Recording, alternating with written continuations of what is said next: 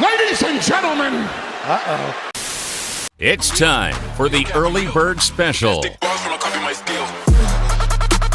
Bringing you the best stories from the world of sports and sports entertainment. Now, here are your hosts, Sparky and Burdick.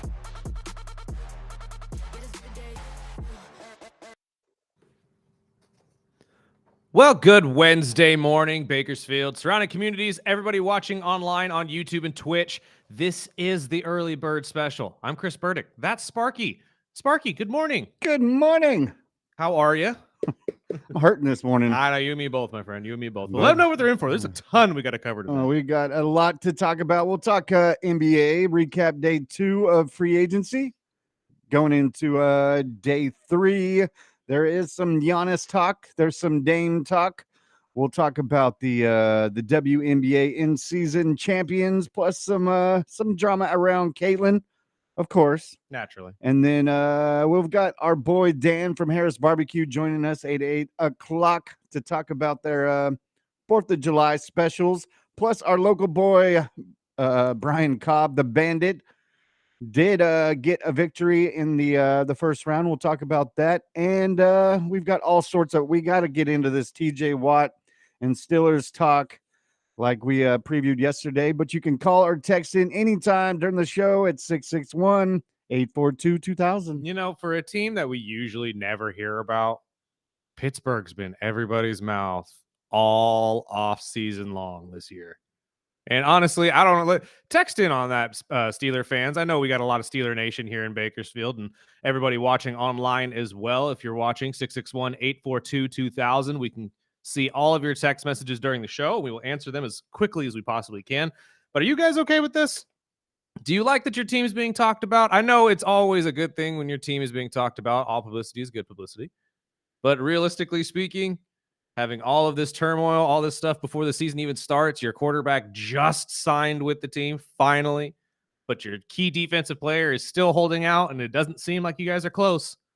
So what do you guys feel about the future of your team? Text in 661-842-2000. Are the Steelers going to be okay? Are we going to be above 8 or 500 like we usually are? And personally, I like it when my team is not in the media. See, I'm an Atlanta Falcons fan, so I'm just used to us not being talked about, period, Exactly. in a good or a bad light. Exactly. But usually, at least the last couple years with Kirk Cousins and Kyle Pitts and a lot of these other interesting pieces that have landed in Atlanta, there's been a lot of reasons to talk about Atlanta. So unfortunately for me, it's usually the bad side now. I'm waiting for the day that we actually get talked about in a good light again, like we did with Matt Ryan and Julio Jones. But it's, long and few and far between do those stories ever come up. But let's talk about a little bit of NBA because day 2 of free agency was yesterday. We had a ton of moves that happened. Let's start with this Duncan Robinson sign and trade to the Detroit Pistons. I like the move, especially with what's going on with Malik Beasley and the uncertainty of if he's going to be able to play at all or if they're going to sign him now with the legal allegations being brought up that we talked about yesterday. With this move with Duncan Robinson, you get a 3-point marksman that can play the point or the 2 if you need him to, and you trade away Simone Fontecchio, I believe is how you say his last name. Yeah. And Miami gets a piece there. 3-year, $48 million deal. Do you think they overpaid for the kid? Because, again, this is a guy who, as much as he has become a fan favorite for Miami the last couple years, we haven't seen him play anywhere near as good as we saw him play in the bubble when he really broke out back in 2020. 15.1. You're kind of reaching because of what you just said with Beasley, and I think they got a star that has an upside. I would say I wouldn't call it overpaid, but when you're in a pickle kind of situation, I'm glad they got him. I didn't like him in Miami, so I was always happy, but I like the trade personally. Honestly, if you think of it this way too, they gave the contract they were going to give Malik to Duncan, which means I think Detroit's probably going to move on from the Malik Beasley situation. I feel like they think they could get the same production from Duncan that they got from Malik Beasley. I don't know if that is actually an accurate statement, but if all of these allegations of gambling do end up becoming true about Malik, maybe it is a better idea you give it to someone like Duncan, who isn't going to be essentially shaving points off of your team. Yeah. And that story even got weirder yesterday as they talked deeper into the investigation, while now separate court documents are revealing extensive financial trouble, including a $2.5 million lawsuit from his former marketing agent. And now he's got unpaid advances. Now they want 5.8 million in the settlement. And there's always a reason. At the end of all of this, everybody sees dollar signs connected to these athletes because of their massive contracts. Everybody wants a cut.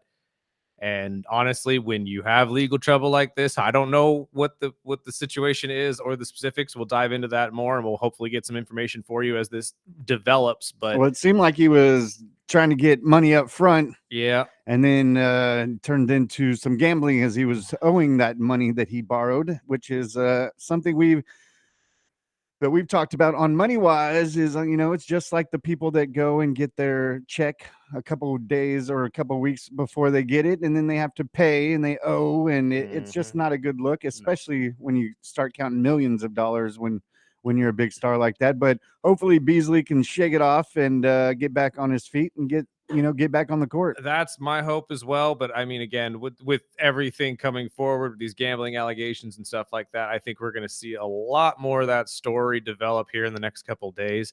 And if he even plays basketball again. Yep. That could be the big question. Yeah, a lot of I mean, we talked about it with Porter a couple of days ago. I mean, Porter was obviously last year, but we used it as an example.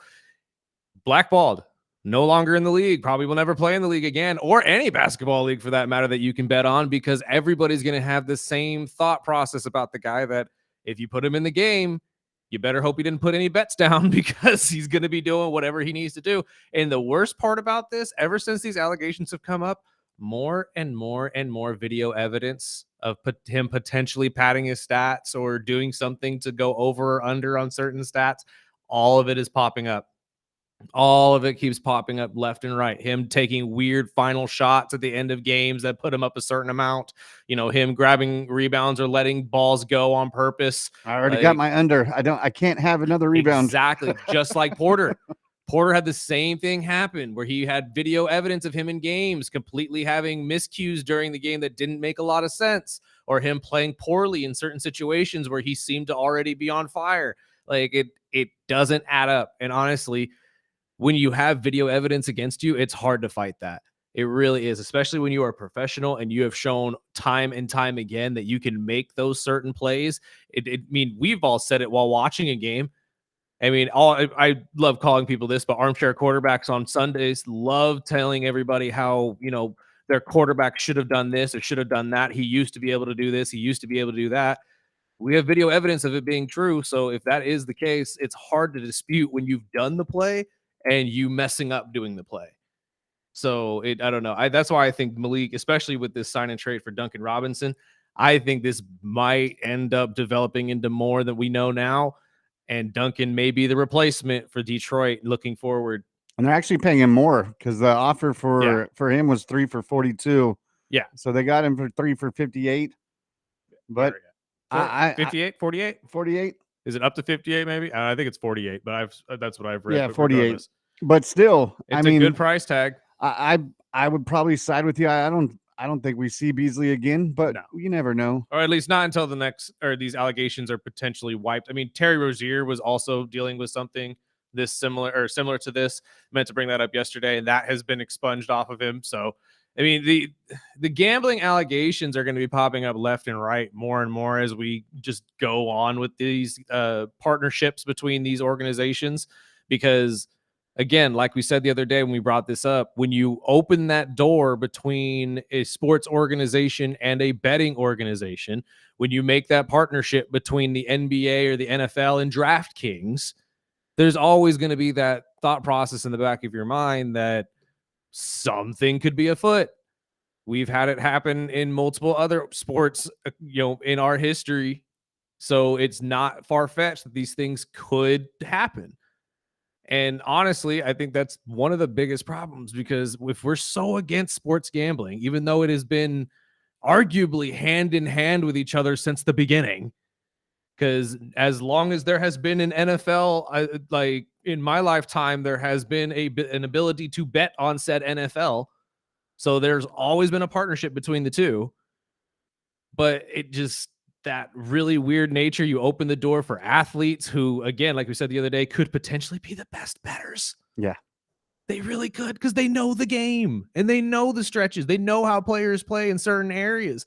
So And it is an it's a addiction. weird, yeah, and it's addiction exactly. And as we've seen, like we're all human. These guys are human too, and everybody has their vice. So gambling is a really hard thing to stay away from, especially when you're good at it. I just hate to see athletes like Malik Beasley and all these guys go down in their careers when they are just getting started because, they decide they wanted to make a handful of bets. It's dumb, but leave it to people like us who are not in sports organizations. And then when you retire, then go do it. Yeah. That's If you have the any money logical left. move. Because this guy Yeah. made $60 million in his first 9 years. And paying off a small debt that he had, it looks like the more the investigation is releasing information about it, Right. it's just looking fishier and fishier for him and his future in the NBA. Right. And I think that's the problem that if you're facing when you're Malik Beasley at this point is your career might be over. And now, especially if you do have these lawsuits pending against you in other areas and money that has to be allocated to those, now you're in trouble there too because your entire central fund system went down. Yeah.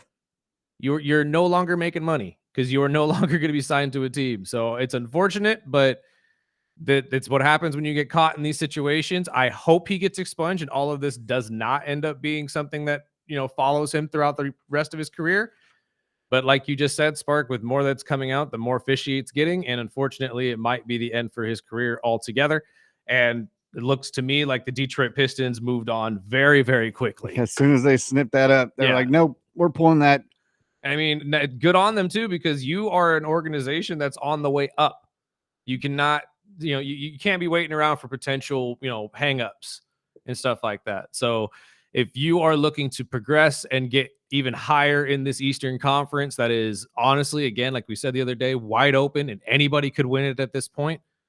You need to continue to make big moves. You need to continue to make these additions to the team that are going to, help you get over that hump.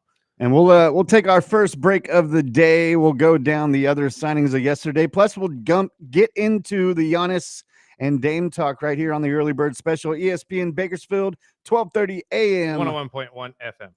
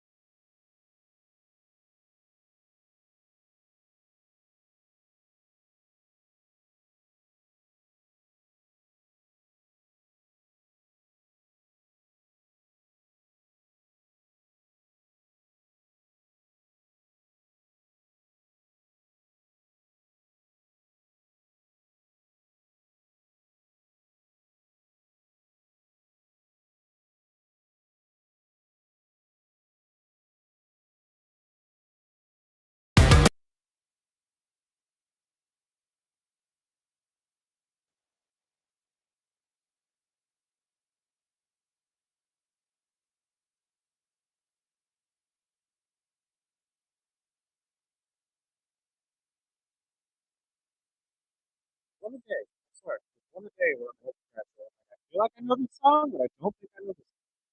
Oh, there it is. Yeah, that's I try to mix in some deep tracks from Metallica because please. I know everybody knows the usual. Well, and I am such a. I'm like, don't get me wrong. I love Metallica. I am a little bit of a cash. Don't get me wrong, because I do just throw on my favorite songs on my playlist and just cycle them, just like everybody else. So there's some of these deep cut songs I completely forget about sometimes. But when I hear it, I'm like, wait, I remember this. I can't I've remember heard exactly this. why, but I remember this. Let's talk about a couple other moves in the NBA free agency market from yesterday, because a handful of teams have been really, really active, including the Milwaukee Bucks. Now, we talked about it during the show yesterday. Evan Turner is on his way there. I'm sorry, Miles Turner. I always say that. I always get those two mixed up for some reason. Evan hasn't played in forever. Miles Turner. Evan, we're gonna do the Ralph Bailey. No. I don't know that many people with the same name. Miles Turner signed with the Milwaukee Bucks yesterday after the waiving of Damian Lillard. Now they've also made a handful of moves, including Gary Harris being signed to a 2-year deal, and they've traded away Pat Connaughton. Oh gosh, I can never remember that how to one. pronounce. Yeah, but they've traded away another player to the Charlotte Hornets for a handful of like draft capital and some money. They're making moves that are interesting, but are not very liked by the star player. Giannis has come out and has been very vocal that he is not okay with the Damian Lillard wave. And even with these kind of interesting roster moves, he took to Twitter to post a picture of, if you remember, when they won the championship and he was celebrating in the back and the team was just going nuts. And he said, I have no idea what's going on right now. I'm just kind of in my own little world. It's the exact picture he posted. So to me, it seems like is not very happy with what's going on in the Milwaukee Bucks front office and how they're headed towards this next season. It seems to be that the trade is becoming more and more likely by the day. And now betting odds, Atlanta, believe it or not. For Giannis? Evan Cohen was onto something. I'm just saying. And honestly, it's lining up that way. I can't wait to see it. But Metcalf had something to say about what he believes Giannis should feel about these moves with the Bucks. I'm sure he maybe has mixed emotions. Like I said, I think Dame got hurt just as they were starting to connect, but he wasn't going to help you next year, and maybe he wasn't going to help you ever again. Considering that he's in his mid-30s. So Miles Turner comes in. We saw what he did in the playoffs. I think that's a good addition. But I think to win a championship, you need another star, and they don't have that. The interesting thing, though, and I think if you're Giannis, where you go, okay, this could be more positive than maybe he imagined. The East feels wide open. Anyone can win. Who knows that I was in Indiana with Halliburton hurt? Obviously, Jason Tatum is hurt. Detroit made a move and gave Duncan Robinson $48 million. I think they'll be good. Obviously, you got to deal with the Knicks. But it's not like the East has all these powerhouse teams that can't be beat. That's what I'm saying. Honestly, you're still in the mix with Giannis on the roster, which is why I believe Milwaukee wants to do something to keep him there. And that is the growing sentiment that Milwaukee doesn't want to trade him. But again, when you're making moves like this and you're angering the star player who's already at the point where he doesn't really feel like he wants to play for you anymore, and you shoot away the one thing that, what actually made him stay. Yeah. Because let's not forget, a couple years ago, we were having this conversation, and they were saying, "Oh, we need to get a star to keep Giannis home. We need to keep Giannis here. So we got to make some sort of move to keep him here." So they went and got Dame. 2 years later, they say, "We don't want you anymore." And I agree with what Carmelo Anthony said, by the way, on Twitter as well. No loyalty in the NBA anymore. Yeah. None. It's just part of the business now. Yeah. And personally, I still think Milwaukee keeps him. I just don't see a trade where any of this makes any sense and for them. Yes. I think they're just kind of backed into a corner with Dame's injury, with the amount of money that they were paying him. Luckily, they were pushed back over the years of how they're going to pay that contract off. But bringing in Turner, which I also read that the Pacers lowballed him, and he wasn't happy with that. Yeah, they were hoping for the hometown discount. Of course. And it goes, I still think it kind of piggybacks on what Evan said. It'd be crazy if they did trade him, just because that's one of the, lifetime talents that you'll get on your roster. But, if you keep pushing him and pushing him, he's one of those players that's real quiet, but if he's not agreeing with what you guys are doing, I mean, it is day 3 of free agency, so there's a lot that could happen. And I think Turner was a big pickup for them, but it's no Dame, obviously. No, and honestly, it's just I don't know if it's big enough though to keep Giannis there. You know what I mean? Like if you're trying to entice Giannis to stay and play for this team next year and in the future, I still feel like you should have made some sort of move to get a draft pick. Show him that you're willing to at least put effort towards the future of the team.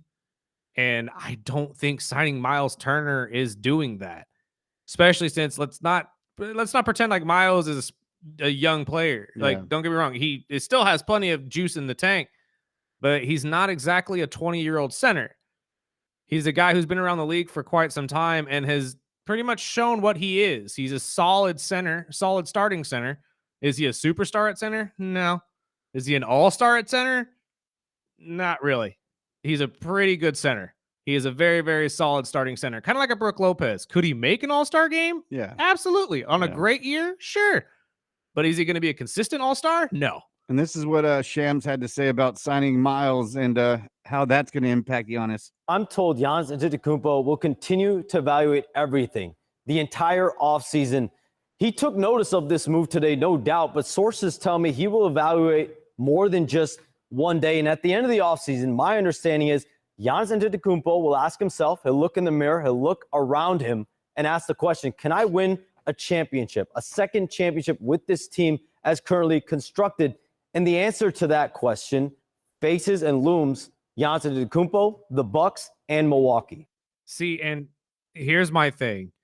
If you're trying to get another ring in Milwaukee, you need better players than what you're already building. And I don't know if there's really anybody left that is going to be or that you're going to be able to pull in that's going to tell Giannis, oh, yeah, we can contend. Because, I mean, let's look down the list of ESPN's top 10 free agents that they have left. Josh Giddey, who's right now a restricted free agent. Quentin Grimes, DeAndre Ayton, who I would hope the Lakers are talking to at the moment. I mean, especially with all of the rest of the big men in the free agent market pretty much signing with their teams in the first day. You need to sign this guy. Jonathan Kuminga, Chris Paul, Al Horford, Chris Boucher, Cam Thomas, DeAnthony Melton, and Russell Westbrook. Any of those players really going to Milwaukee going to be a game changer? Probably not.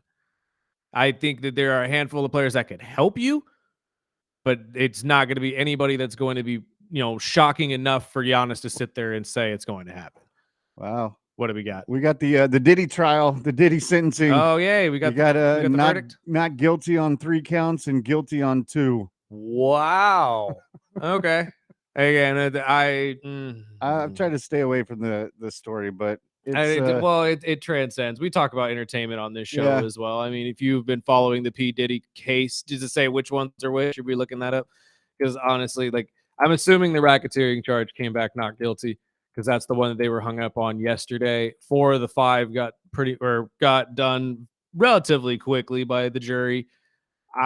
This has been a very, very crazy story, though. If you haven't been following the P. Diddy story, little cliff notes for you. P. Diddy, Puff Daddy, whatever you want to call him now, as he's gone by about a billion different names. Sean Combs has been on trial for a handful of racketeering, human trafficking charges amongst prostitution and stuff like that for his freak-off parties, as they call them. And I mean, it's been a very interesting trial because they've been back and forth on if they've been able to actually prove these allegations against Diddy. Obviously, the jury has found that against 3 of these, they have not, or the prosecution was not able to prove it. And they even had to drop a handful of these charges too. So I guess that might be the reason why they may not have had the just suitable evidence. Well, he's acquitted of the racketeering and sex trafficking and guilty on the other counts. Okay, so he got wow, he didn't even get the sex trafficking charge. Wow. Okay. Well, this is you're gonna hear all about this on the political shows all over the place and all over television. So we're gonna leave it at that because we are not well equipped enough, nor are we lawyers. So you don't want to hear that from us. I mean, yeah. I was just thinking about this yesterday. We could talk about this part of it at least. Do you know a single Diddy song? Yeah, I know several. Okay, I grew up as a Biggie fan. So no, that's fine. That's fine. I totally get that part of it. But in terms of Sean Combs, P. Diddy himself, would you really consider him a great artist? No, I wouldn't either. I wouldn't. I was talking about this the other day on the Ralph Bailey show, and we were trying to like play music of Diddy yesterday on the show. Oh, gosh. There's really not a lot of songs. Like don't get me he- wrong, he's got a lot of music, especially the features and stuff like that, and the songs, as you just said, he did with Biggie and stuff. So Mace and yeah, everybody, absolutely, and all of the rest of his crew.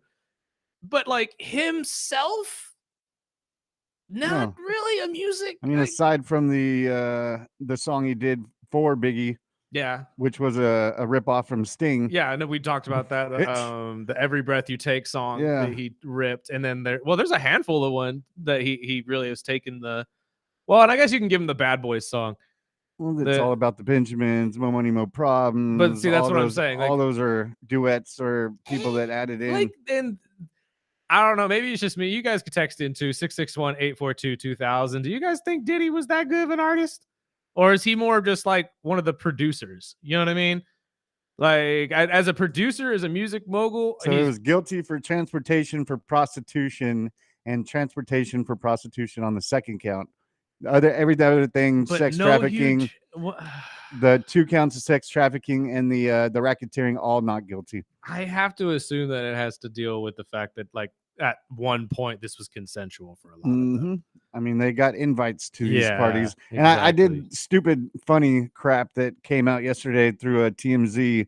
Is one that they're not going to return all the baby oil, and number two, Diddy's been planning a release party. Oh God, He's got like $4 or $5 million already put into this party. But we'll take a break. We'll The get back freak-offs into continue. the NBA because we do have some teams that are already talking to Dame. We'll release those. Plus, I have a couple texts to bounce off you with basketball. Plus, we'll wrap up the hour with some WNBA news right here on the Other Bird Special, ESPN Bakersfield, 12:30 a.m. 101.1 FM.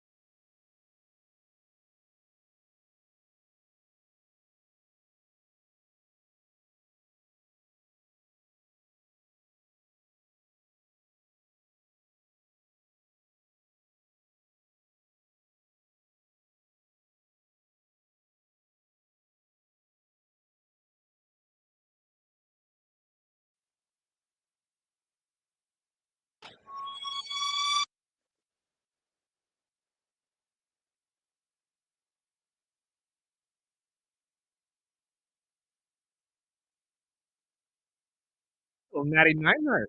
No. It's right. man. It's his birthday today. Oh, is it really? 67 years old. The excellence of execution. Is he still the best there is, the best there was, the best there ever will be? I never thought he was. I never thought he was either, but it's a great moniker. Yes. It's a great, like, honestly, I'm surprised he was the first one to say it. He had a good cut, but I shouldn't say the first one to say it, but the first one to at least copyright that, because that's got to be, if I'm a wrestler, that's one of the first things I'd be running with. But happy birthday to one of the greats. some other signings yesterday. I saw Larry Nance went back to the Yeah, Cavs. boy. He's coming home, baby. He's coming home. You're happy with that? Oh, I love Larry Nance. Now, don't get me wrong. He's not going to play a whole ton. He'll probably fill the void of what Tristan Thompson did for the team this year, be that big man veteran that the team needs, the vocal leader in the locker room. And honestly, everything that I've seen from when he played for the team originally, he loved playing there. He was a very, very good locker room guy, kept morale up high. And with a young team, you need that. I really like the signing. It's not a big pay either. Like, it's one of those, like, I would say the new vet minimum contracts, that low millions area for 1-2 years. So it's not going to hurt your cap salary that much. And when you need him, you can throw him on the court and he can facilitate for you. So I am very happy with this move for Cleveland. And I saw veteran guard Dennis Schroeder is joining the Sacramento Kings on a 3-year, $45 million deal. And the journeyman continues. Yes. This boy can't find a home, man. No. I feel bad for him sometimes. I'm like, dude, how do y'all not want to sign this dude to a long-term deal? Or maybe it's just him. Maybe he doesn't want to. Maybe he's just okay with being a journeyman and wants to go play for almost every team organization there is. And I don't know, man. Dennis Schroeder is a great point guard, a very solid point guard, number 2, or starting if you need him to be one. So good for the Kings. A great step forward for them, especially after trading away DeAndre Fox. Tim Hardaway Jr. joined the Nuggets on a 1-year deal. This one surprised me a little bit. I thought for sure he'd be going back to Dallas, but I mean, in a Denver situation where they just traded away Michael Porter, you need help off the bench. Hardaway is that guy, so it's a good, smart move for the Denver Nuggets. And guard Trey Mann is returning with Charlotte on a 3-year deal. But going back to the Dame talk, we had a text that right at the end of the segment that said Lakers are going to get Dame. When can he actually play? That is a good question. I will look into that right now. I'm not sure exactly how much the Lakers want to go after Damian Lillard, though.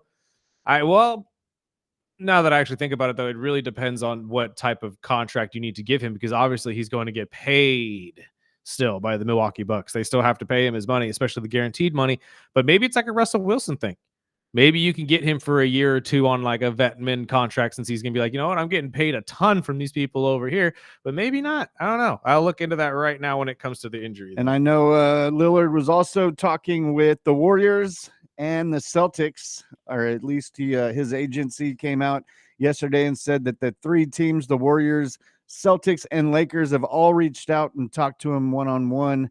And it doesn't look like he'll be on or he'll be available for very long, even if for some reason I thought he was out for the whole season.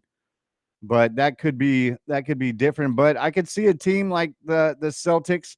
I could also see him with the Warriors. I mean, if you saw a guy like Lillard and Steph and Butler and the other players on that team, if he can come back late in the season or even for the playoffs, I mean, that's a big addition. So with the injury that he sustained, it's usually about a 10 to 12 month recovery period from a torn Achilles, from what I'm reading here. However, from what we've heard from his physicians, he's actually progressing much faster.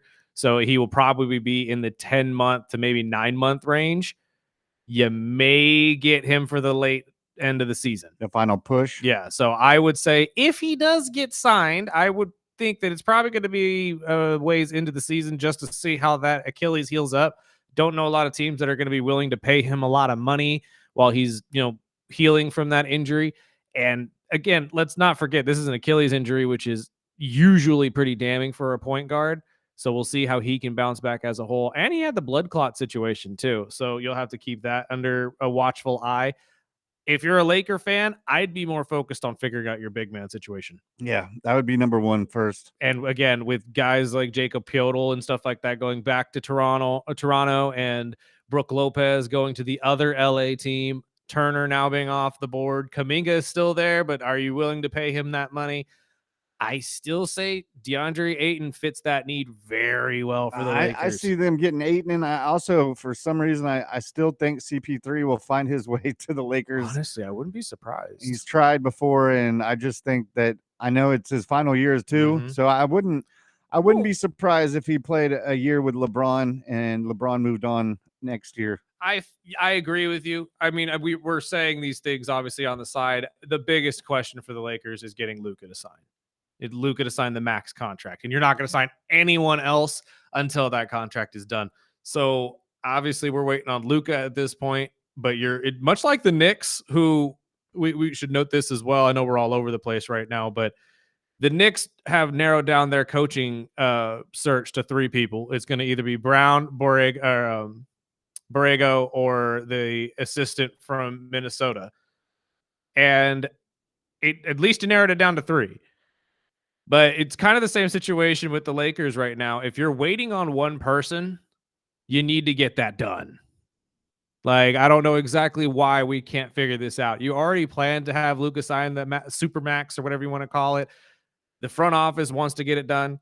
Luka, from what I could tell, especially with what we've seen in the offseason and him taking his conditioning very, very seriously, apparently, after being called out by JJ Redick, I would assume that means he wants to stay with the Los Angeles Lakers and get it done. Don't know why we're waiting this long. I really don't, especially when you have so many needs everywhere else. You need to sign Luka. You need to go out and sign DeAndre Ayton before someone else comes up and picks him up, because you're running out of time. And if you go into this season without a for sure center again, or maybe re-signing Jackson Hayes, Laker fans are not going to be happy with that. You're not going to be happy with that if you're a LeBron person.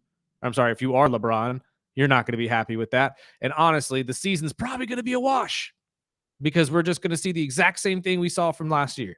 You having a lot of potential going into the playoffs and most likely floundering because you can't keep up with teams that have a ridiculously deep roster. And that's exactly what you're getting on the West. So I don't know. If you're a Laker fan right now, I would say focus more on we need a center rather than we need to bring in Damian Lillard.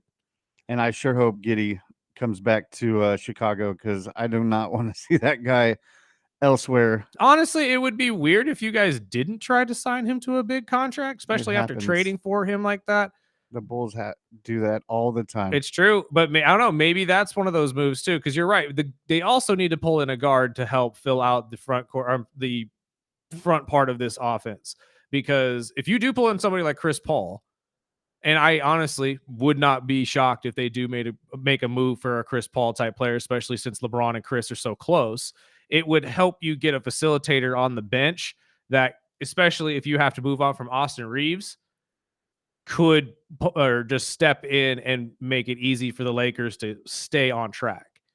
Because if Austin Reeves isn't willing to sign a long-term deal with you, I say move on from him. Yeah, get what you can. I've honestly always said that, though. If you have a player that has been vocal about saying, you know what, I don't want to be here. Yeah, you're not going to pay me. I could get more elsewhere. Then go. Yeah, if you think you can get more elsewhere, we'll find a suitable trading partner for you then. Like, I don't think that you're going to stick around if you don't want to sign there, especially with an organization like the Lakers. They don't have time. They don't have time to wait around for you, which is why I'm shocked that we're still waiting around for Luka to sign this contract. I thought for sure this would be one of the first deals done. Well, I don't think it's available yet. I don't think the option is for another month. Is it really? Yeah. Oh, okay. That would make a lot of sense. I think that's what they're trying to move around. And, with the new ownership, I know Buss is still around and has a big, major job. She kept her position. But I still think with new ownership, they want to bring some people to the games. Yeah, you know absolutely. what I mean? So I think the Chris Paul signing will be a cheaper deal, a vet minimum type thing. And I think number one is Luka, obviously. And number two would be a Luka and a big boy. And so I don't see the Lakers, unless they somehow, some way think that Dame is going to be that guy. But I think at the end of the day, it'll be Chris Paul. I would be See, surprised if it's elsewhere. But if you're the Lakers, again, like I said, time is not on your side. Yep. So would you sit around and wait for a Damian Lillard to be healthy at the end of the year? Or would you rather pull in somebody like Chris Paul or Josh Giddey and have him for the entire year? That's what I'm saying. I think that these moves that these fans are really excited for and want, they look nice on paper, but you have to take into account what the season would look like without certain pieces. And I could see the Warriors, sniping. They could get a guy like him for cheaper than what they would usually have to pay, and they know that they'll be in the playoffs, so they won't need a guard like Dame for the whole year, if they had to. So I think if Kerr's a smart guy. I think if he has any push towards it, he'll get it signed. But we'll take our final break of the hour. We've got some WNBA news as the in-season tournament ended last night, right here on the Early Bird Special, ESPN Bakersfield, 12:30 a.m. 101.1 FM.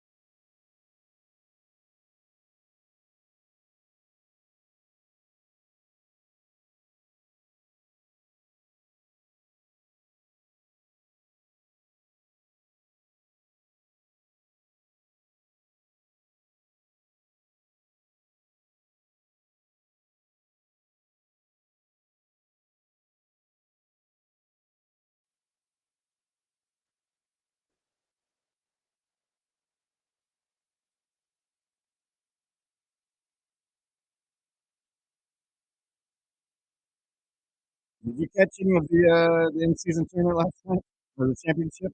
Sure. No, I did not get a chance to watch it. I was dealing with some other stuff last night.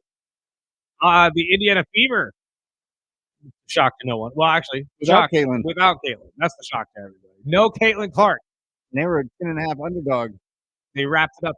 Yes, We're able to good pull one, it off. actually. And honestly, good for them. The in-season tournaments are so weird to me, though. I still haven't fully like embraced them. Like especially with the NBA, I don't get the format a lot of the way or a lot of the time, and to add wins to a team's record and stuff like that is also weird. I don't know, and it's a Well, good $500,000. accolade for them. Yeah, that's nice, especially for them because I mean they don't get paid nearly as much as the NBA players do, which is criminal. But we are on the way up, so that is all obviously a good thing. Can we talk about this All-Star thing though, real quick? Because in the WNBA announced its All-Star starters, Caitlin being the fan choice, obviously, for obvious reasons. But she's 9th voted by her fellow players. Yeah. 9th. I'm sorry. Okay, I'll give you Asia. I'll give you Asia. I'll give you maybe Kelsey Plum. Okay, just for popularity's sake. But can you name 7 other women? Or I'm sorry, 6 other women at that point that are better than Caitlin? No. Not even close. No. But I am glad to see that not only Caitlin, but Paige Bucher was voted one of the all-star starters for the WNBA. It's a great step forward and obviously means that the future of that league is in great hands. And with the money just doubling like they did last year, because each team is now worth double what they were last year. Thank you, Caitlin. Yeah, you would think. Thank you, Caitlin. I'm just saying. But Like, look, man, these athletes can be mad about it all they want. I totally understand why you'd be mad about it. You've been working your butt off your entire career. And for it to just come to a head now because one girl came into the league, it's not fair. It's not. I totally understand that. But that's America. That's how this works. And that's honestly what happened.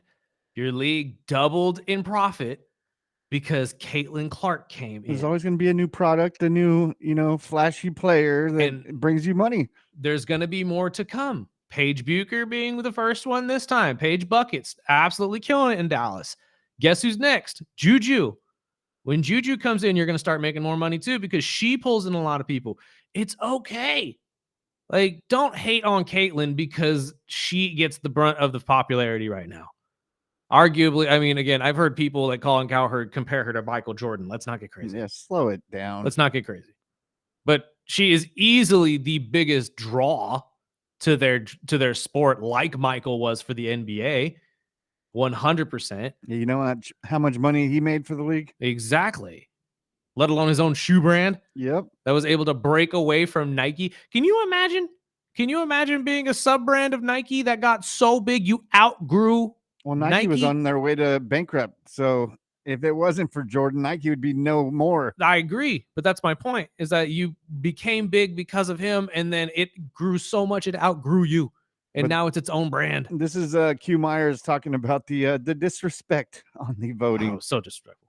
That's just flat out disrespect. I don't care how many people voted. That's just a disrespect, right? We know that she's not the 9th best guard. We know that she is one of those that pushes the needle in the WNBA. As a guy who watches a lot of WNBA action, we know what she brings to the table. Now, this year obviously hasn't been a great year for her because of injuries. I mean, she's a hell of a player. It, to me, just feels like it's just more feeding into the conversation of the veteran players that aren't necessarily fans of Caitlin Clark because of all the shine she received immediately when she was drafted into the WNBA. See, and I return to this question, though. How much more abuse does this girl need to take for y'all to let her go with this? Like, she's no longer a rookie. Like, I wouldn't say she's a grizzled vet, obviously, but she's been in the league for a bit now. And she's taken more punishment than I think any other rookie has taken in quite some time. So how much more punishment does she really need to take for you guys to finally let it go? Oh, it's always going to get worse. It'll only get worse. You really think it's going to get worse? Yeah. Oh, yeah. Just, again, to be voted 9th best guard is ridiculous. Luckily, she's got thick skin and kind of knew it was coming. But in some other news in WNBA, we talked about the expansion teams that were announced a few days ago, but Fever guard Sophie Cunningham voiced her skepticism out yesterday, saying you gotta be that careful. teams, Sophia will come beat you up, man. This is it. the girl that defends like Caitlin. I like her. But She former black belt. She'll come beat you up. but teams are the expansion cities in Cleveland, Detroit, and Philadelphia are set to join in 28, 29, and 30.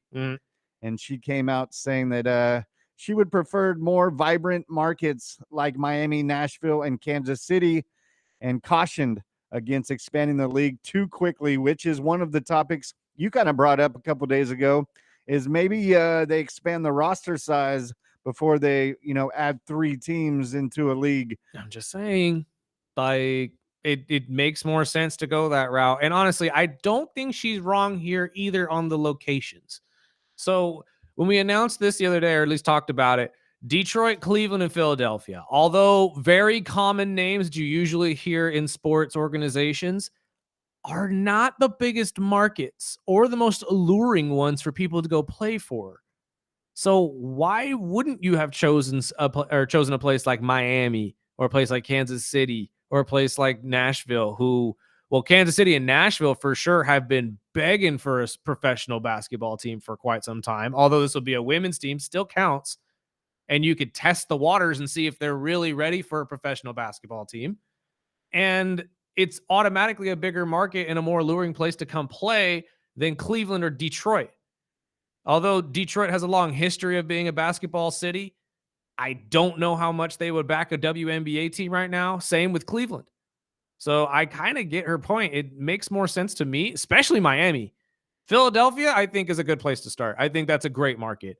But I think the other two, I think Miami would have been a better choice. I think she's right on that one. And either or of Nashville and Kansas City probably would have been a better pick too. Well, Commissioner came out and said that actually it is a huge demand that the new franchises and their cities.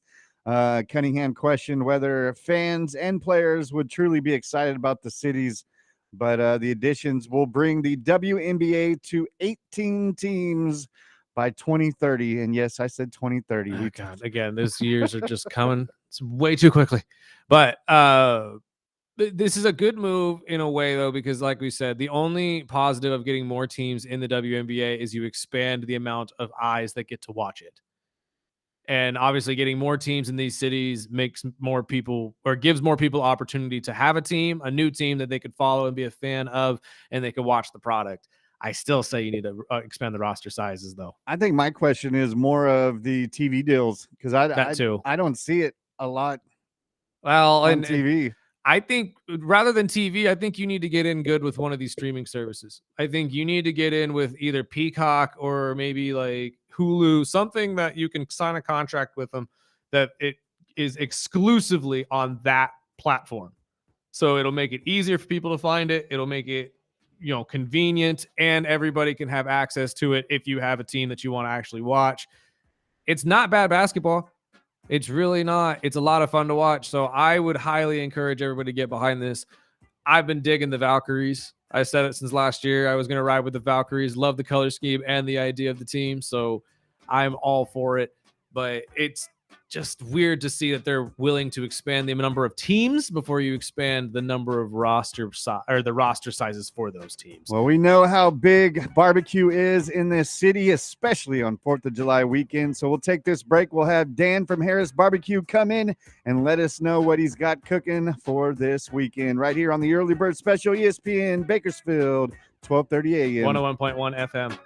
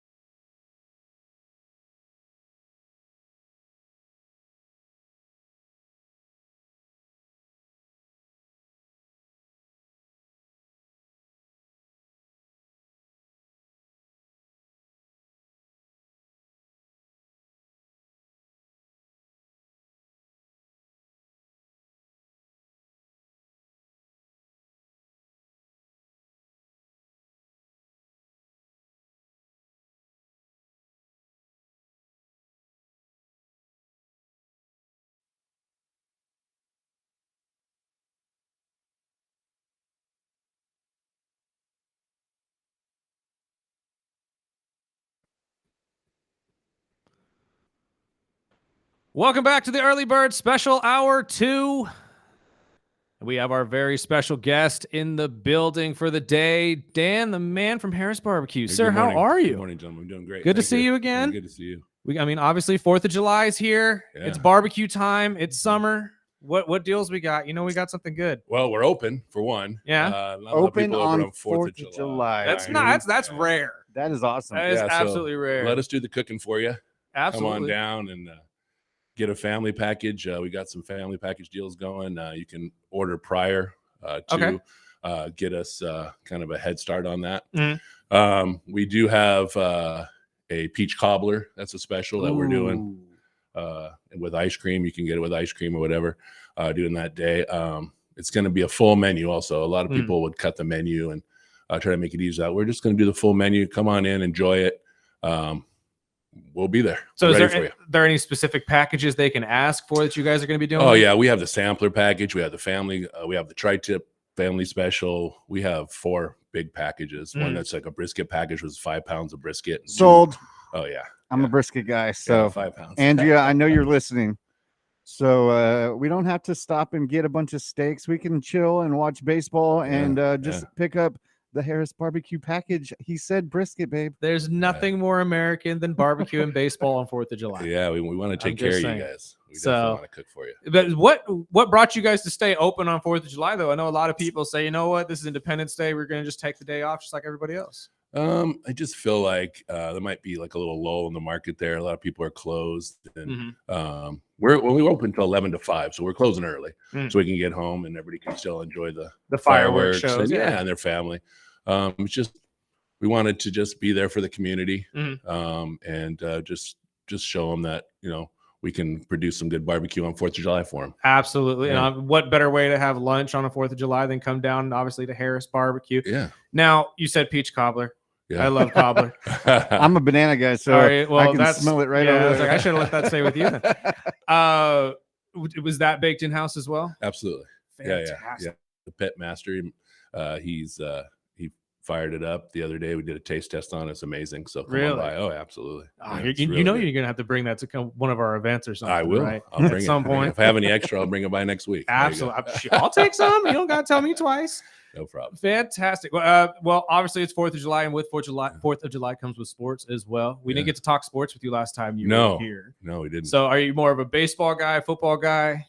I lived in San Diego for many years, so I'm a Padre Charger guy. Are you really? Yeah. Okay. Yeah, so how do you isn't feel very- about Rodney Harrison being brought into your guys' Ring of Honor? I love it. Yeah. That was awesome. Yeah. It's weird. We were talking about this though the other day. When I think Rodney, for some reason, I always think Patriots. I knew you were going to say I that. know it's like, I but knew you were gonna say that. obviously, but he played more with you guys. That's the weirdest part about it. hurts That's my why I don't stomach. get with my own brain. Maybe it's just my biases, but obviously, speak on like being able to watch Rodney for that long. Oh gosh, it was amazing. Him and Seau together for those years were amazing. I remember going to. It's tough being a Charger fan. It's heartbroken all the You're time. talking to a Falcons fan, man, Yeah, and trust it's me, you tough. were in good company. I remember the '95 Super Bowl. I was all jazzed, and I got a suite in Vegas, and I'm ready to go. And I don't Nice. gamble hardly, and I gambled on the game, and by halftime, I was crying. At least you got to was see not your good. team in the Super Yeah. Bowl. That's true. That's true, That's yeah. very true. Yeah. Being a Charger fan, obviously the move to LA and stuff, were you part of the fan base that just was not happy about this? Yeah, for about a year. It was Yeah. kind of like you being broken up with, and then you're like, well, okay, I'll take her back. It's Well, like, it what was- better do I have? Yeah. Well, it was the yeah. same way when we got Seau in Miami. I was like, this does not feel right. No, But he did look good in the Dolphins uniform. I will Like, say.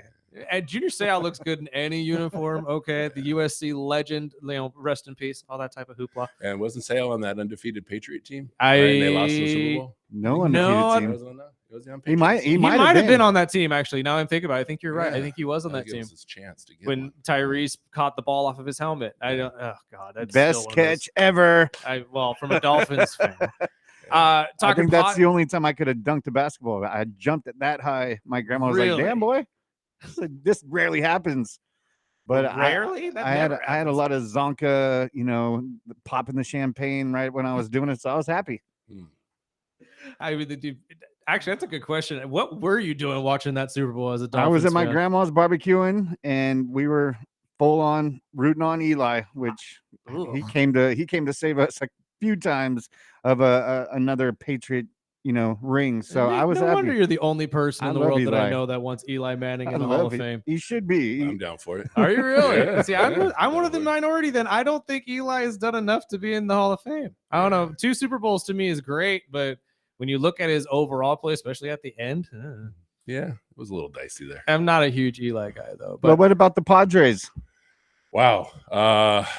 You can't ever beat the Dodgers, right? When No. the time comes. We did a little bit last year or the year before. I can't remember in the playoffs, but it seems to always be like the little brother syndrome, down Well- south, kind of get beat up on. talk about the animosity. We'll beat up literally, Yeah, obviously, but yeah. talk about that a little bit. Obviously, the last series, we got a lot of balls thrown at star players. Yeah, that was interesting for sure. So are you one of those old school baseball guys that just kind of like as part of the game, or are you like Absolutely. You throw yeah. at my guy, I'm throwing at yours. Oh, absolutely. Yeah, that's just part of the deal. And honestly, like it's not like they really threw hard at Shohei or anything. Like you guys got the worst of the deal, in my opinion. You got Arez hit, Tatis got hit Tatis. twice. Yeah. I'm waiting for Manny to get hit, to be honest with you, but I think the Dodgers know better. If they touch him, he's going to become a right for whatever pitcher threw it at him. Yeah, Tatis is difficult because he seems to break easily. So I'm afraid he'd throw it at his wrist or something. I'm like, oh my Well, God. that's what I think. That's what I was worried about. It's like, Yeah. oh, you threw that high. I was like, Yeah. you're going to break his arm. Yes, that would not be good. But how do you feel about the season? Obviously, you guys have drifted off a little bit, but you're Yeah. still in the running. We started out on fire, but it has, like you said, drifted off. But I think we'll be there at the end Mhm. somewhere. I think we make a wild card or something like that, right? Is that what they still call it in baseball? Yeah, A wild card? absolutely. Okay, we'll make the wild card. You got 3 of them open too, Yeah. so there's a good possibility. Yeah. You obviously have to fight with the Giants now too, though. They're in the running. Gosh, San Francisco just keeps. They just. I don't know how they do it. They just keep going. They keep doing really well. You know what? I think it's a mentality thing down there, Yeah. especially with the Bay's wind. It helps with the home runs. So I've always said that about the Giants and the Colorado Rockies. I don't understand how you can play for either of those organizations and not hit 50 home runs a year. Yeah.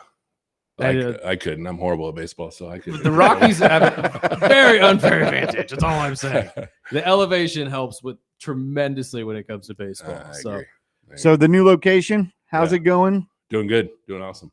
Yeah. So I'm on the website. So I just go to your website, harrisbarbecue.com, and go down to the party packages. There you go. I'm already looking at it. So fantastic. I'm What getting are the some of link. the prices real quick? Because I'm curious. Well, I'm looking at the everything is under $200 for a family deal, which is a Can't great beat that. deal because Yeah. trust Can't me, beat that, especially with the amount of food you're getting and how good it's going to taste. I Yeah, mean, you can shoot. feed 8 to 10 people on it. so. Exactly. So I mean, in today's market too, I mean, good Lord, how much these prices can get thrown up there. It can. and see, I'm Are on a diet, but I got a teenager that's gaining weight, so we're like Wow. salt and pepper. But I'll get the brisket one. So the sampler package, do you get to pick the meats, or does it come with?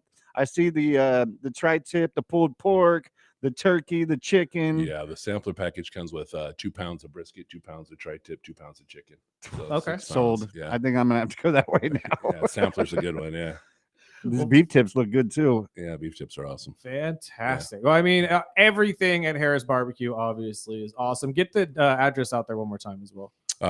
4625 Buena Vista Road, just on Buena Vista and basically Bolt House right before the railroad tracks if you're going south. Fantastic. And obviously open 4th of July, Yeah, all 4th weekend. of July specials. Get your Go orders check in. it out. Absolutely. Because they're probably going to be busy. They're going to be one of the only places that are actually open on 4th of Yes. July, which I commend you for, good sir. And Yeah. I'm actually happy that you let them off at 5 so everybody gets to go at least enjoy the Absolutely. fireworks shows Yeah. too. I want to enjoy the fireworks. See, if That's they what I'm live in my saying. neighborhood, it's year round with Yeah, fireworks. So dude, you're telling me, but at least you don't live on the east side, because if you live on the side, it's definitely Mortar City all day long. It sucks. So is it best to get the orders in as quick as possible? I would, Okay. since once we sell out, we sell out. Of course. barbecue. So Plus you we get- go until we sell out. You They get could them be closed prepped and at 3. ready. So Yeah. do you get to pick the time to pick it up? Yeah. On your to go order, you can pick the awesome. time you like. Yeah. I've never done to go to barbecue because it's one of those things, money wise, has taught me very well over the years to not go grocery shopping Mhm. when you're hungry Mhm. and to not overdo it for holidays. Let everybody, pitch in. But it was 4th of July landed on me. I'll be over at my buddy Chris Pelser's house for the 4th of July. So why wouldn't I just get a family pack and bring in and Yeah. Of course. Pump Everybody will up be some happy Harris you did. barbecue. Of course you will. Somebody's got to help me finish this brisket. So Yeah. we appreciate it. We'll post Yeah. everything on our social media. And Thanks, guys. Dan, we really appreciate your time coming No out. problem. Thank you, And guys. keep doing your thing. And we'll definitely talk some football because I know here in about 2 or 3 weeks it's going to get in our bloods again. Yeah, so absolutely. football's coming. Where do you think you guys are going to sit on the NL West right now? I'll say second. We're not going to Second. get past Kansas City, unfortunately. I don't know. Patrick It's, Mahomes it's retires. starting to reach that time where you guys might be able to put up a fight against the Chiefs, I don't man. know. Harbaugh says he wants to get our boy into the Hall of Fame. We'll see what happens. That's what I'm saying. And Yeah. you got the right coach to make that work, man. Yeah, So, yeah. but thank you again for your Yeah, time. thank We you. really appreciate it. We got to take a Appreciate break you real guys. quick, pay some bills. This is the Early Bird Special on 101.1 FM, 1230 AM, ESPN Bakersfield.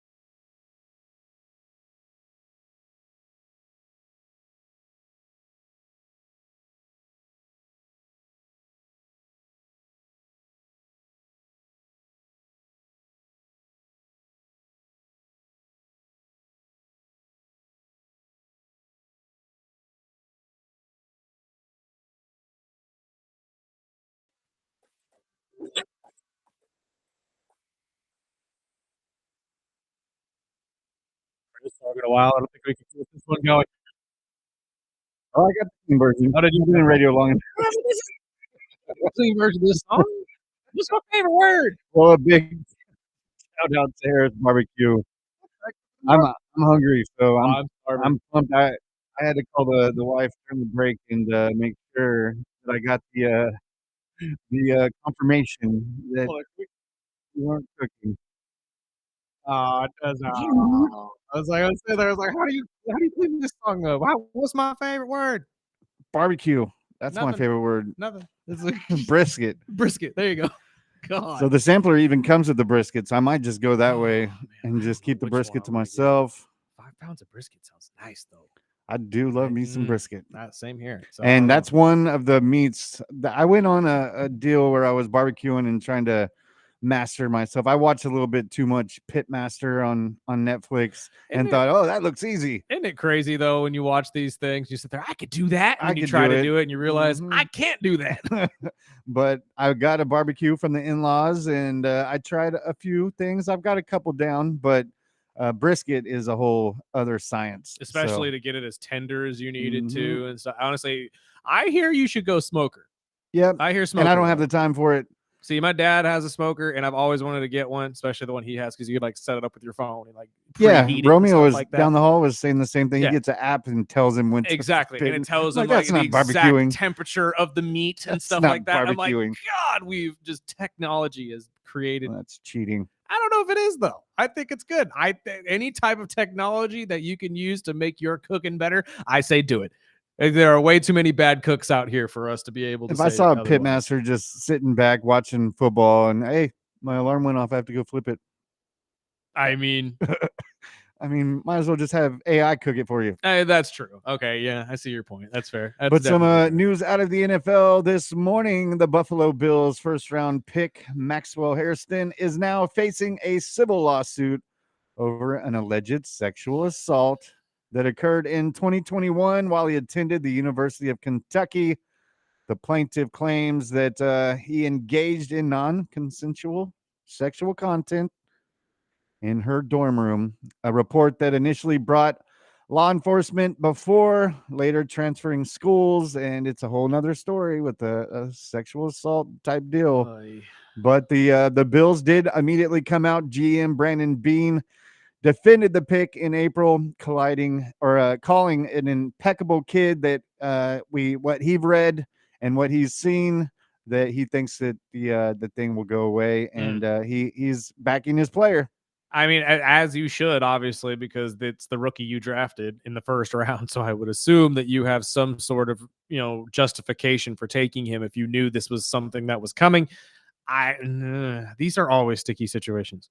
Obviously, we just talked about the BYU quarterback the other day who was absolved of his situation, and soon to be former BYU quarterbacks. I still say 7 games for a little bit of hanky panky is a little ridiculous, but it is what it is.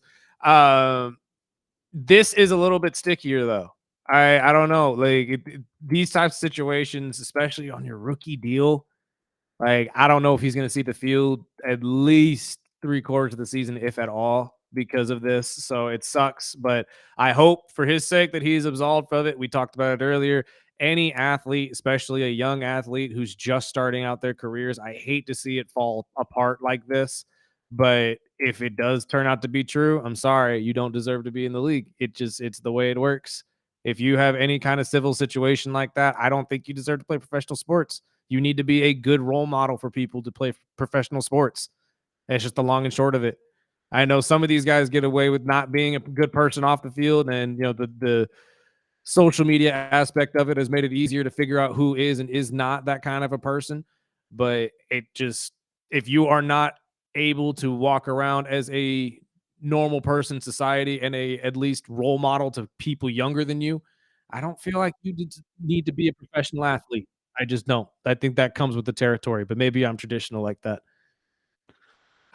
Well, we've got some other things to get by before we get into this TJ Watt talk. But one other thing that came out yesterday is one of the greatest in NFL history will be back this fall to talk about NFL, as Randy Moss will return full-time on ESPN Sunday Night Countdown. I know he had a health scare last year, missed the final 2 months of the season with a cancer scare, but he is fully healthy and good to go. So it is always a positive, especially when you bring up the C word. Wasn't it prostate cancer too? Or something like that? Like it was found in the prostate. I can't remember exactly what the situation was, but it's a bile duct cancer. Yeah, so somewhere in the area.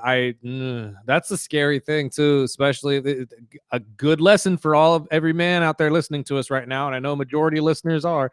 Go get checked. I know it's a scary situation, but go get checked.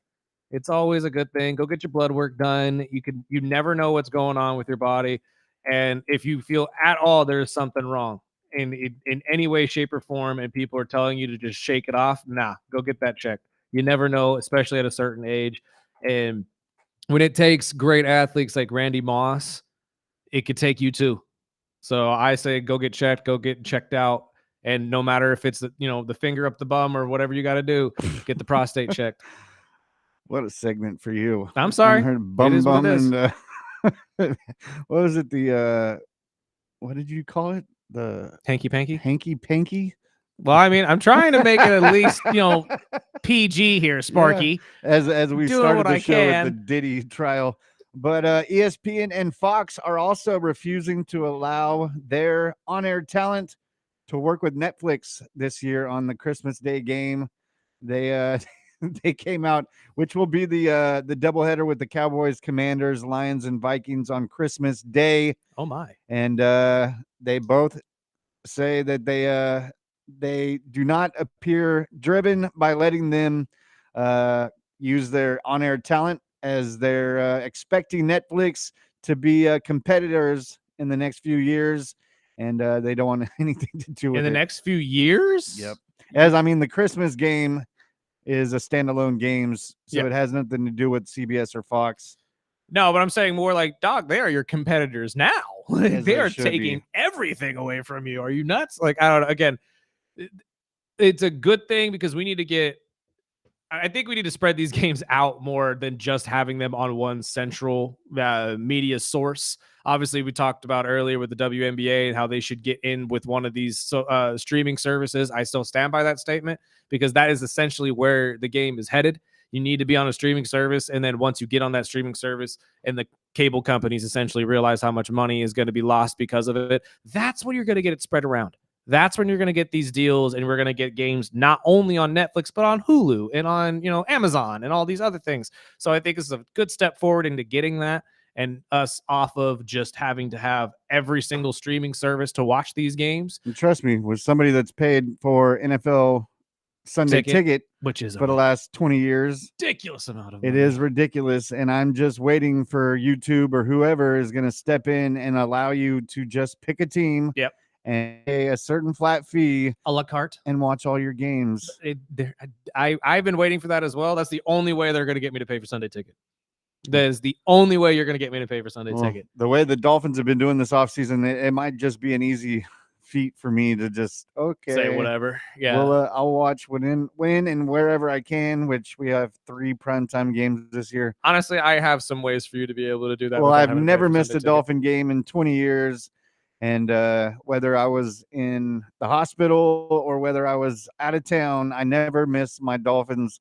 But this might be the first year because I'm not going to bend over and drop $500 again. You're willing to break a 2-decade streak? With the way it's cost to live in this state. Yeah. And the way the Dolphins are looking this offseason. Yeah. We'll see, though. But before quarterback with paper skin and glass bones. Hey, but we have a great backup. We'll calm down. Do you? Yes, we do. Zach Wilson?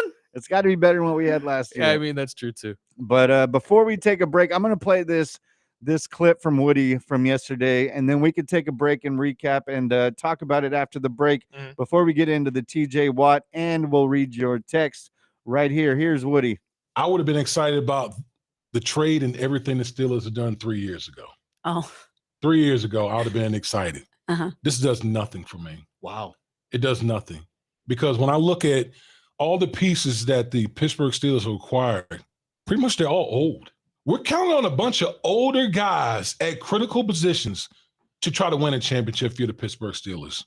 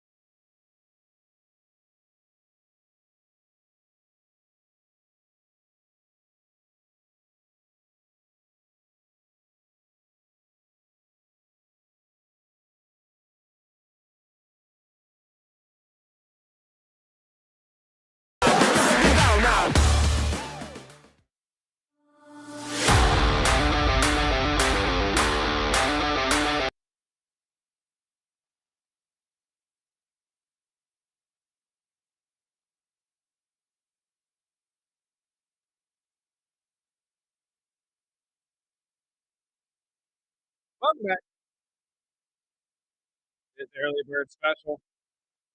Real quick, we have another Wimbledon upset for you as the American Frances Tiafoe, 12th overall seed, has just been taken down by Cameron Norrie, first American to get knocked out, or first, one in the second round to get knocked out. Unfortunate, but again, we'll give you more updates on Wimbledon as it continues and gets closer to the finals. We got to talk about the Steelers situation real quick, though, because from the bite we heard right before the break, obviously Woody makes a very good point.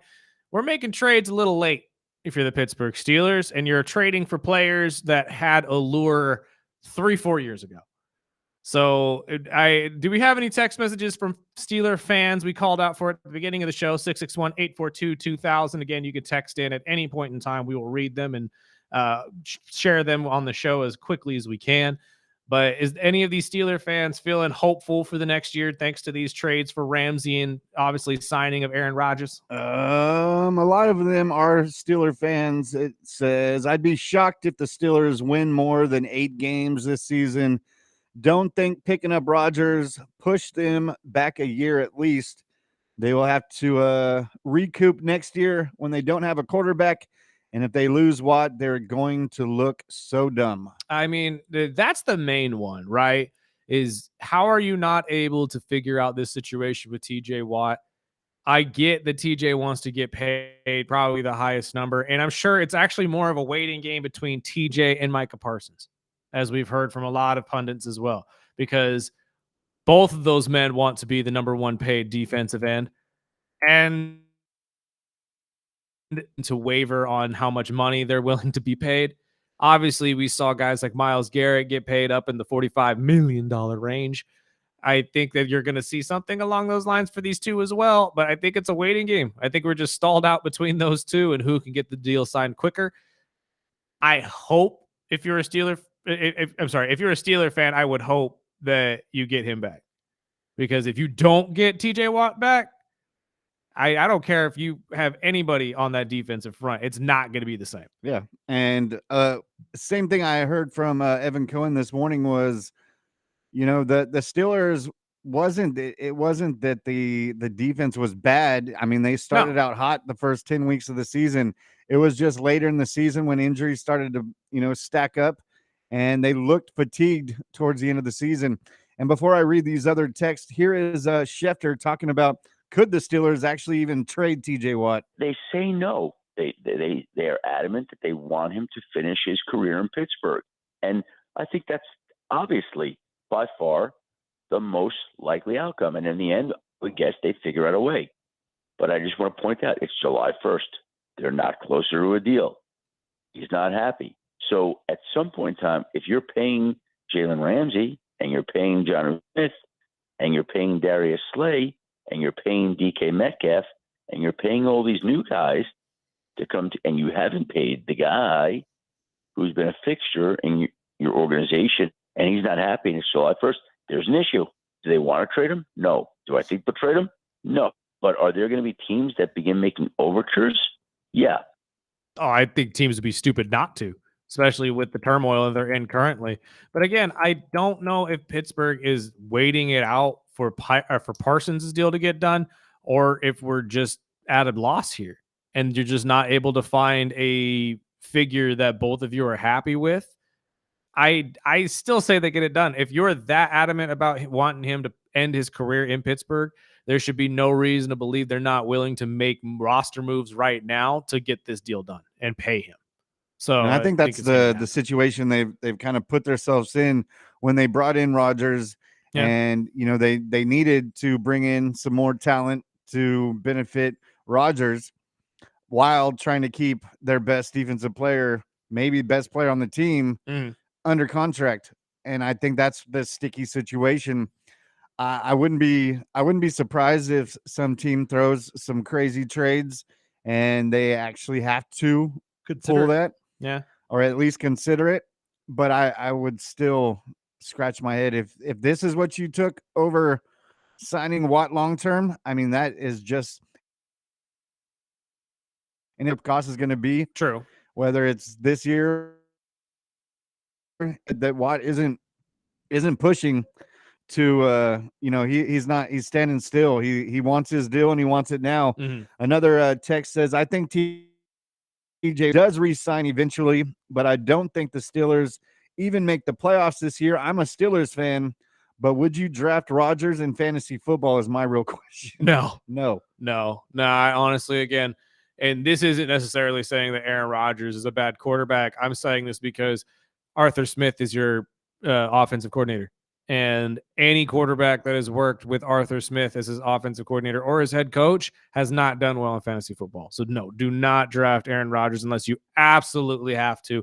Or if you're, staring down the pike, only had one quarterback you took in early rounds and you have nobody else to choose from, then maybe. But I wouldn't rely on him as a fantasy football Not quarterback. Absolutely one. not. And the other one says, I'm starting to think that the Steelers trade Watt to someone like Arizona or even the Niners for a high draft pick and maybe another receiver to help out. I could see some movement, but again, I don't know if you're willing to make that move right now, because think of it in the sense of you're the front office of the Steelers. No matter what you do, if you move on from TJ Watt, no matter what you get to fill that spot or fill a need, if you do trade him away, it's not going to be worth it to the fan base. It's essentially the closest thing in the NFL right now to Dallas trading away Luka. No matter what you got for that trade, you were never going to come out on top. I'm sorry. You could have gotten the world for that trade, and nobody in Dallas would have been okay with you trading away Luka Doncic. And it's the same thing for Pittsburgh when it comes to TJ Watt. No matter who you get, you could give them Joe Montana and Jerry Rice. They would not care. They really wouldn't. You traded away TJ Watt for that. So I don't think it's a win regardless. I think the only win for you, if you are a front office member of this Pittsburgh Steelers, is to sign TJ. Lock him in. That's the only win. If you can't do that, you better start trading away some players to figure out money to make it happen, because there is no win there if you move on from TJ Watt. There's none. Any other text messages we got? For football, no, not for the Steelers. One said it was regarding the when we were talking to Dan, said when I think Atlanta, I think 28-3. Sorry, Burdick. Again, I am a glutton for punishment. Everybody, that's the first thing that comes up every single year. 28-3. I get it. I watched it. Me too. I had a bet on it. My cousin was when I tell you, I'm gonna speak this because I know my cousin ain't listening, so he don't care. He's in Dallas right now. We're watching the football. We're watching the Super Bowl. I'm up 28-3 at halftime. I'm sorry, not at halftime. I'm up 28 or 21 to something at halftime. Feeling real nice about how Atlanta looks. And my cousin and I had like a $50 bet or something like that. He had taken the Patriots. He was so upset. We're watching this game at his house. I should have set that up first. We're watching this game at his house. He was so upset. He went and barricaded himself in his room and was even threatening to not pay me the money until the turnaround. And then he comes out as if he is the biggest Bostonite of all time. Of course. And he's just cheering, saying, I knew it. I told you, blah, blah, blah. I'm like, you know what, man? Like, those are the types of people I hate paying. I'm going to give you your money. Don't get me wrong. But I shouldn't give you a cent, because 3/4 of that game, you were crying like a baby. But I blame, you know what I blame? I blame all the fans just like me who went into halftime popping bottles saying, we're finally going to do it. We're finally going to do it. I sat there in the third, fourth quarter and said, you know what?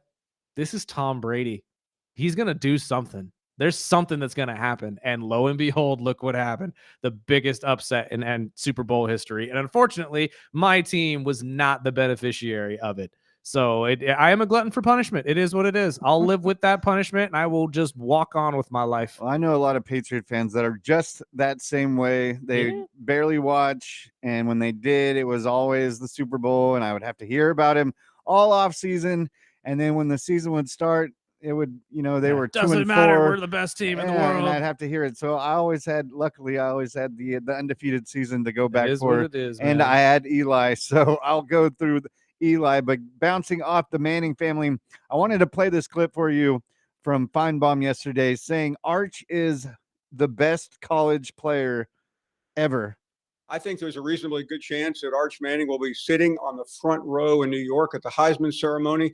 That's assuming that his team does what it's supposed to do and compete for not only the SEC, but for the national championship, and I really believe they will. I think Steve Sarkisian, who's one of the most amazing play callers I've ever seen, made a critical mistake late in the year. He was way too loyal to Quinn Ewers, who was banged up and was really ineffective. Had Arch Manning been instituted in the second half of that game, I think there's a reasonably good chance that Texas would have beaten Ohio State and won the national championship. They're very capable of doing it again this year. I believe also that Arch Manning is the best college football quarterback we have seen since Tim Tebow entered the scene in 2006. What? Okay.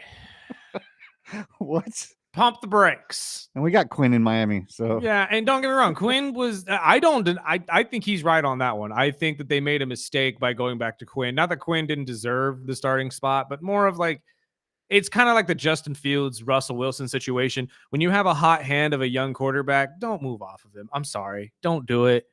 It just like, unless you saw a game where Arch was just playing like absolute garbage, you shouldn't have moved off of him. But again, that's just my thoughts. And they knew they were going to get Manning this year. And obviously that was Quinn's last year. And you wanted him to potentially make a run at a championship. I totally get it. You know, loyalty is great in college football. To say that Arch is the best quarterback since Tim Tebow, pump the brakes. Definitely the most talked about and has the most potential and has the most, I don't really know how to say it. The ceiling is there. I see your point and 100% could be, but the kid hasn't won anything yet. Tim Tebow was dominant with the Florida Gators. And we're talking about a quarterback that got to the NFL and was, well, Tebow. yes. Like, there's no other way to put it. He was Tebow. But Arch is a completely different monster. And honestly, I think we were saying the same thing when Trevor Lawrence was with Clemson. Everyone was saying, oh, he's the best quarterback since Tim Tebow. Let's just calm down. I get that everyone wants to make comparisons. That's what we do in sports. And obviously it's the easy thing to do is to make the comparison to the best that there was at that position. But until we see Arch actually play for a championship, and until we see him lead the Texas Longhorns to the championship in general, I'm not going to make any wild accusations or any wild comparisons to guys like Tim Tebow, because Tim Tebow, although a beneficiary to a great team in Florida, I will not deny that, led that team in Florida through some hellish games in the SEC and won championships back to back. I mean, it's hard to dispute that Tim Tebow is one of the best, if not the best quarterback to ever play in the NCAA, even though he was garbage in the NFL. I mean, you could say the same thing about Vince Young. Great college quarterback, garbage quarterback in the NFL. We see it a lot, but she Heather Danish from Get Up had kind of the same thing to say when it came to pumping the brakes on Archie. Let's take a deep breath, my friends, before we give Mr. Manning the Heisman Trophy, okay? Because Mississippi State's defense coming after those comfy, not Ohio State's defense, which he'll see in the season opener. Look, Arch Manning needs time to grow and learn and make mistakes. He's got 4 new starters on the offensive line. He lost his top 3 pass catchers from a year ago. This is going to be a different look in terms of new faces for that Texas offense. The other thing is he's not even the best quarterback on the board right now going into this season. Let's talk about Penn State's Drew Aller, South Carolina, Lenora Sellers, Garrett Nussmeier. When you look at LSU. So in spite of his last name, he's got a lot to prove. I agree with her that he has got a lot to prove, but he is the best quarterback on the board. I'm sorry. When it comes to talent and you look at him play, what we've seen at Texas last year, that's a whole different team though. No, absolutely. But here's the next part. I'm glad you brought that up, because here's the next part I was going to bring up. College is the beauty of next man up is every single year. So that's not necessarily the same kind of impact that it has on a professional level. Mm-hmm. Every year you're going to have brand new offensive linemen. Every year you're going to have brand new pass catchers. That's a thing in college football that you just got to kind of get used to. Not to mention, don't forget that Arch actually played with a lot of the guys that are filling in those spots in the second team last year. So he has rapport with these guys already. So it's not like these are brand new relationships. Some of them are going to be, don't get me wrong, but a lot of them he's already been building for the last year at Texas. So I think he is going to come out and look good. Is he going to look good against teams like Ohio State and LSU? We'll see. Jury's still out. Yeah. That's my big thing. If he can come out and dominate Ohio State in that season opener, if he can come out and absolutely dominate Auburn, beat the hell out of Alabama, do all that and just dominate the SEC, make Texas one of the best teams in the football next year and take them to the championship game, then I will say that he is in the running to be one of the best quarterbacks to ever play in the NCAA. I am not going to sit there and say this, though, until that happens. So we see tape. Exactly. But we'll get into some miscellaneous news. We've got an update from the Bandit, who is at the Fire and Police Olympics out in Alabama. And we'll talk about that and wrap up our show right here on Early Bird Special, ESPN Bakersfield, 12:30 a.m. 101.1 FM.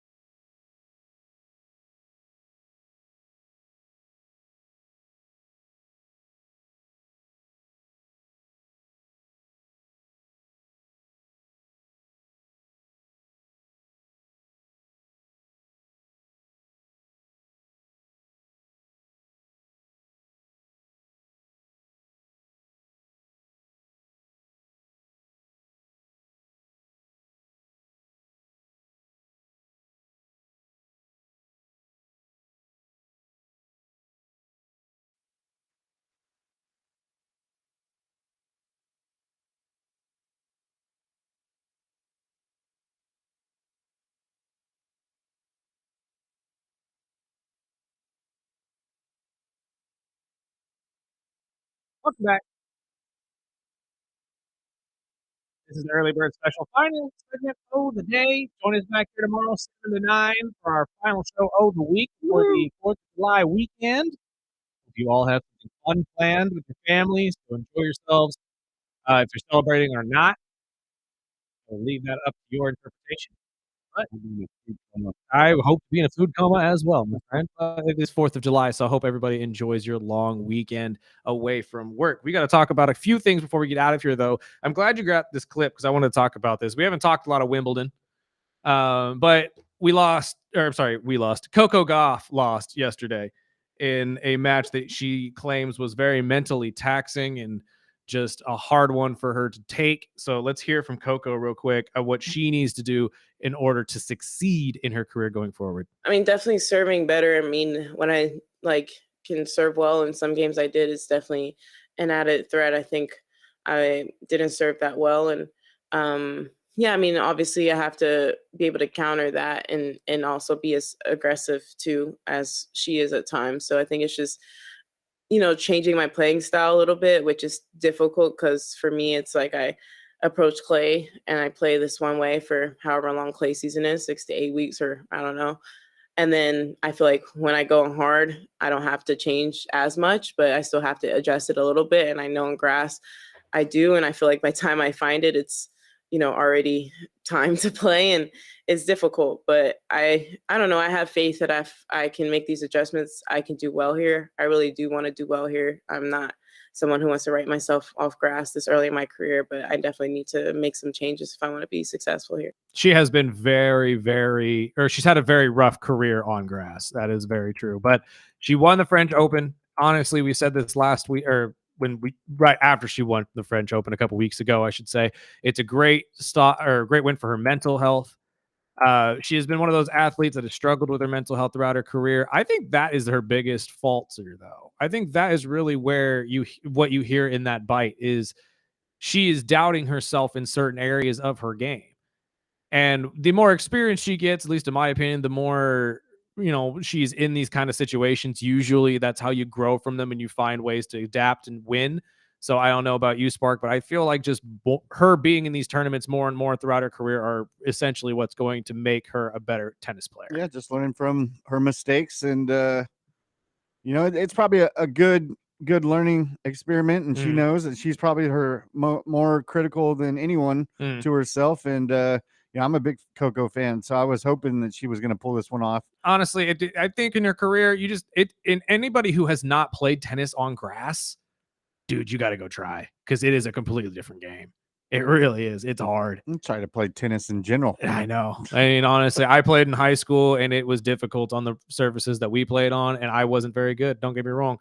When I stepped onto a grass court, oh my Lord, when you talk about that ball could bounce in any direction at any point in time. It's one of the craziest things I've ever seen in my life. But I hope she bounces back. And honestly, I was worried when I saw in the headlines that she was chalking this up to mental strain, essentially. I was like, oh Lord, here we go again, especially with athletes like her and Naomi Osaka, who get a lot of grief for their mental health and being open about their mental health after these losses.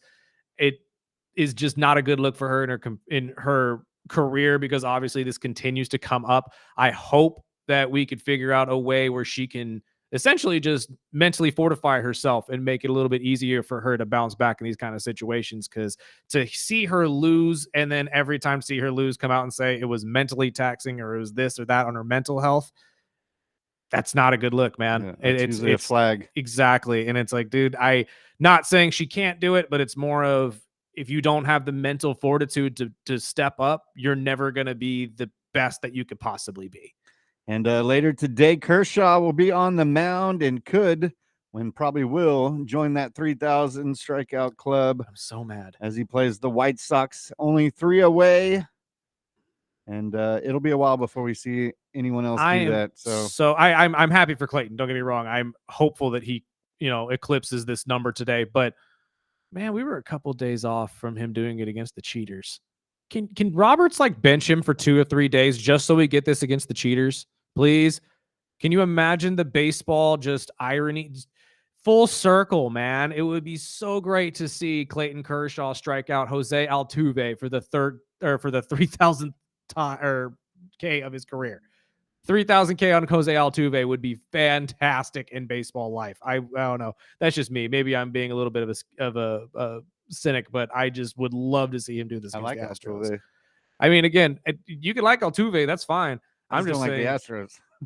the cheating Astros, and this would be an amazing feat to go back and look back on and say, the team that they lost to in the championship because the team cheated.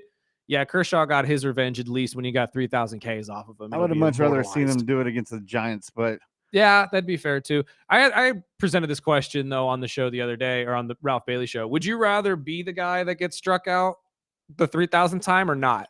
Because there are some people that have actually like made a career off being that kind of a person. You know what I mean? Like they're the one that so-and-so hit his record home run off of. Being the guy on the poster where Jordan dunked on. Exactly. Like, do you think it's a good thing being that guy? I wouldn't want to be that guy. I me. wouldn't want to be the 3,000 strikeout. That's just me, though. I don't know. Maybe that's a good text message for tomorrow, 661-842-2000. Feel free to send them in at any point in time when you're watching this as well. We will see them. They stay up on our board all night, and we'll be able to get to them the next day. So if you believe it's a good or a bad thing being the 3,000th strikeout for Clayton Kershaw, let us know, 661-842-2000. And the last text said, I think you guys were right. Name a Diddy song that he actually did it by himself. He's a good, okay artist, but collaborates with a lot of good artists. That's what I'm saying. Like, if you want to say music collaborator, music producer, obviously he's made a lot of careers in the music industry, but he himself, sorry, there's not a lot of songs that I can honestly say, oh, put on that Diddy track. Like, nah. there's even worse now, but exactly. Bump that Diddy. Like, JR was saying that he could be released as early as 10 a.m. this morning. Good God. I'm not even going to give my opinion on the, misjustice this is, but it's wild. Acquitted of 3 of the 5 charges, all 3 of them being the major charges of human trafficking and racketeering. Oh, gosh. If you're Diddy, I mean, this is a good day for you. Bad boy. I was telling you before the show, they were saying he's already set up a jail release party. But really, who's going to show up to that? Prison-themed freak-offs. Oh, God. I don't know. Maybe he starts turning around and making videos out of it now. This has been the Early Bird Special. Join us back here tomorrow, 7 to 9 a.m. for our final show of the week before the 4th of July weekend. We got to get out of the way for the great Rich Eisen. Sparky, let's get out of here.